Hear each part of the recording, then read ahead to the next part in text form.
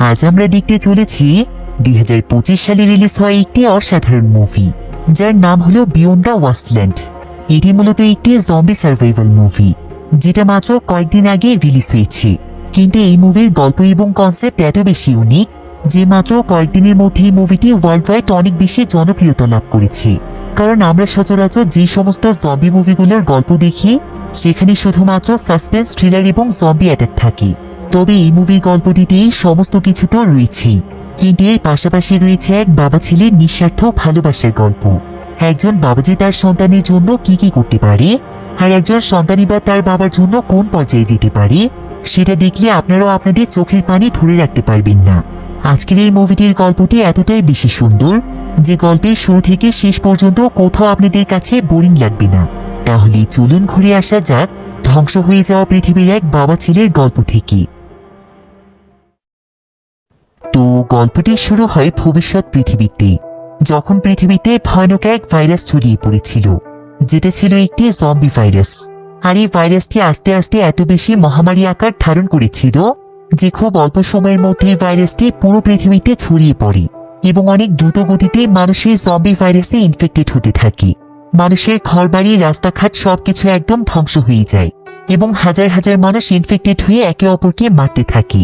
এভাবেই আস্তে আস্তে পৃথিবী একদমই মানব শূন্য হয়ে যায় এবং পুরো পৃথিবী প্রায় বন জঙ্গল দিয়ে ঢেকে যায়।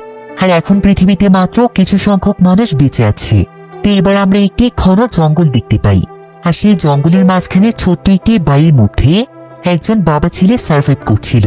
তারা প্রায় বেশ কয়েক বছর ধরে এই জায়গাতেই রয়েছে, তবে তাদের নিজেদেরও এখন ঠিক মতো খেয়াল নেই যে আজ থেকে প্রায় কতদিন আগে তারা এখানে এসেছিল। কারণ এখানে ঘড়ি অথবা ক্যালেন্ডার কিছুই ছিল না। এখানে বাবার নাম ছিল জেমস এবং তার ছেলের নাম ছিল মার্কো। তো প্রথমে যখন তারা জঙ্গলের ভেতর সার্ভাইভ করতে এসেছিল, তখন তাদের আশেপাশে তাদের সঙ্গে অনেক মানুষ ছিল, কিন্তু এই জঙ্গলের মধ্যে সার্ভাইভ করা মোটেও কোনো সহজ ব্যাপার ছিল না। তাই বেশিরভাগ মানুষই খাবার পানি না পেয়ে অথবা বন্য পশুর আক্রমণে মারা গিয়েছে। তবে সৌভাগ্যবশত জেমস তার ছেলে মার্কোকে নিয়ে এখন এই ভয়ানক জঙ্গলের মধ্যে বেঁচে আছে। কারণ জেমস তার ছেলেকে অনেক ভালোবাসে, তাই সে আজ পর্যন্ত তার ছেলের গায়ে একটি আঁচড়ও পড়তে দেয়নি। জেমসের ছেলে মার্কোর বয়স ছিল মাত্র 5 বছর। সে এতটাই ছোট ছিল যে তার এখনো পৃথিবীর পরিস্থিতি বুঝে ওঠার বয়স হয়নি, আর তাই সে এখনো ছোটখাটো বিপদেরও মোকাবেলা করতে পারে না। তাই জেমস তার ছেলেকে নিয়ে অনেক চিন্তিত ছিল। যদিও সে অনেকদিন ধরে মার্কোকে স্ট্রং বানানোর চেষ্টা করছে, কিন্তু তারপরও মার্কো কিছুই শিখতে পারছিল না। কিন্তু এই ভয়ানক জঙ্গলে টিকে থাকতে হলে তাকে অবশ্যই শিকার করা শিখতে হবে। তাই জেমস এখানে মার্কোকে গান চালানো শেখাচ্ছিল, যাতে করে যদি কখনো মার্কোর সামনে বিপদ চলে আসে তখন মার্কো যেন নিজেকে বাঁচাতে পারে। জেমস এখানে তার ছেলেকে বলছিল, তোমাকে যত তাড়াতাড়ি সম্ভব গান চালানো শিখতে হবে, তা না হলে শিকার করার বদলে তুমি নিজেই শিকার হয়ে যাবে। তবে জেমস এখানে বারবার শিখিয়ে দেওয়ার সত্ত্বেও মার্কো কোনোভাবেই গান চালাতে পারছিল না। আসলে সে অনেক ছোট হওয়ার কারণে তার শরীরে গান লোড করার কোনো শক্তিই ছিল না, এমনকি সে গানটির সেফটি লক পর্যন্ত খুলতে পারছিল না। জেমস এতে তার উপর প্রচন্ড রেগে যায়। তবে আসলে তার রাগটা মূলত ছিল তার নিজের উপরেই, যে কেন সে তার ছেলেকে গান চালানো শেখাতে পারছে না, আর কি করলে তার ছেলে সবকিছু শিখতে পারবে। তো জেমস এখানে মার্কোকে বলে, তোমার কি সমস্যা বলো তো? আমি আর কি করলে তুমি সবকিছু শিখতে পারবে? তোমাকে নিয়ে আমার কত দুশ্চিন্তা হয় সেই সম্পর্কে তোমার কোনো ধারণাই নেই। এসব বলে জেমস সেখান থেকে ঘুমোতে চলে যায়। তবে মার্কোর সাথে এমন আচরণ জেমসই প্রথমবার করেছে। সে কখনোই মার্কোকে এভাবে বকা দেয় না। তবে মার্কো অনেকটাই বুঝদার ছিল, সে তার বাবার ইমোশনটা বোঝে এবং সে চেষ্টাও করে সবকিছু শেখার। যদিও মার্কো তার বাবাকে অনেক ভালোবাসত, কিন্তু সে তার বাবাকে ভয় পেত, কারণ মার্কো তার বাবার সাথে খুব একটা ফ্রি হতে পারেনি। তাই মার্কো বেশিরভাগ সময়ে চুপচাপ থাকত। মার্কো যখন অনেক ছোট ছিল তখনই তার মা মারা গিয়েছে। তারপর থেকে তার বাবাই তাকে অনেক কষ্ট করে লালন পালন করছে। আর পৃথিবীতে এখন আপন বলতে মার্কোর তার বাবাই রয়েছে। মার্কো আজও জানে না যে তার মায়ের সঙ্গে কি হয়েছিল আর কিভাবেই বা তার মা মারা গিয়েছিল। তো জেমস আবার প্রতিনিয়ত তার ছেলেকে মোটিভেট করার জন্য তাকে খুব সুন্দর একটি গল্প শোনাতো।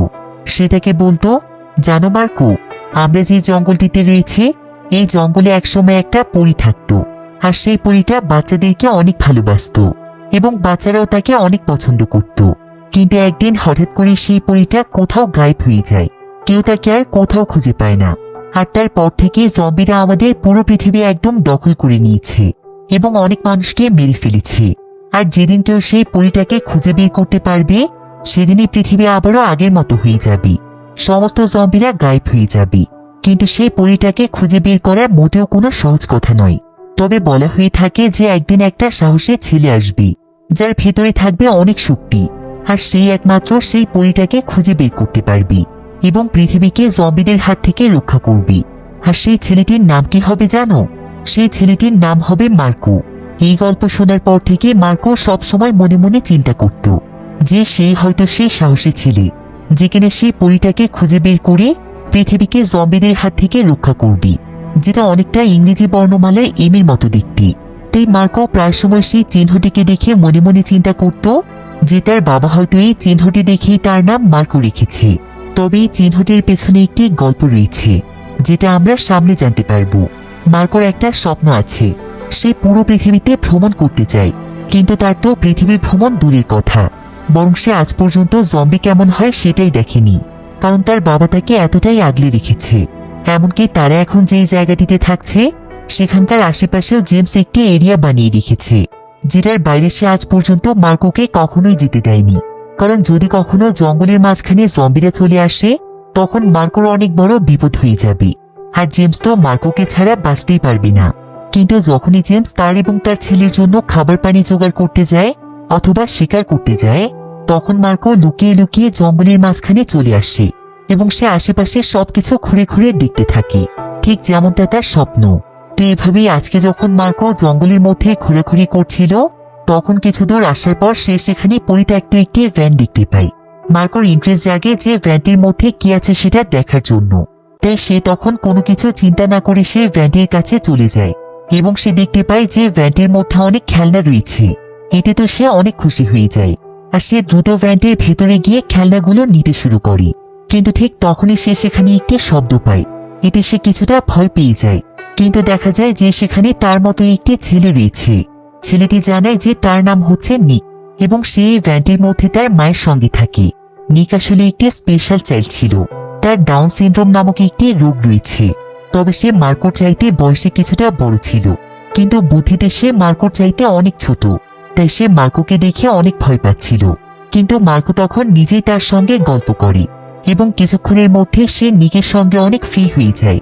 আর নিকো এতদিন পর একজন বাচ্চাকে পেয়ে অনেক খুশি হয়ে যায়। এরপর সে তার কিছু খেলনা সহ মার্কোকে নিয়ে বাইরে চলে যায় এবং সে মার্কোর সঙ্গে খেলা করতে চায়। মার্কো তখন তার কথায় রাজি হয়ে যায়, আর তারা দুজন মিলে সেখানে অনেক মজা করতে থাকে।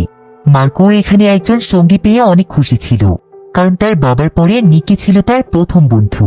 এরপর নিক এখানে মার্কোকে একটি খেলনা উপহার দেয়, যাতে করে বাড়িতে যাওয়ার পরও তার কথা তার মনে থাকে। মার্কো তখন তাকে ধন্যবাদ জানিয়ে তাড়াতাড়ি করে তার বাড়ির দিকে ফিরতে শুরু করে, কারণ তার বাবা কাজ শেষ করে চলে আসলে যদি তাকে না দেখতে পায়, তাহলে সে তার উপর অনেক রেগে যাবে। এরপর মার্কো যখন তার বাড়ির দিকে যাচ্ছিল, ঠিক তখনই সে জঙ্গলের মাঝখানে একজন মহিলাকে দেখতে পায়, যে কিনা একটি বন্দুক তাক করেছিল। মার্কো এতে অনেক ভয় পেয়ে যায়। সে ভাবছিল মহিলাটি তাকে মেরে ফেলবে, কিন্তু দেখা যায় যে এই মহিলাটি ছিল নিকের মা, আর সেও জঙ্গলে শিকার করতে এসেছে। তাই সেখানে মার্কোকে বলে, তুমি কি ভয় পাচ্ছ নাকি? আমি তোমার মায়ের মতো, আমি তোমার কোনো ক্ষতি করব না। এই বলে সে মার্কোকে অনেকগুলো বিড়ি খেতে দেয়। এরপর মার্কো সেই বিড়িগুলো নিয়ে দ্রুত তার বাড়িতে ফিরে আসে, কিন্তু তার বাবা তার আগেই বাড়িতে পৌঁছে গিয়েছিল। তাই সে মার্কোকে বাইরে দেখতে পেয়ে অনেক রেগে যায় এবং সে তাকে বলে, তুমি কি জানো তোমাকে আমি কত সময় ধরে খুঁজে বেড়াচ্ছি?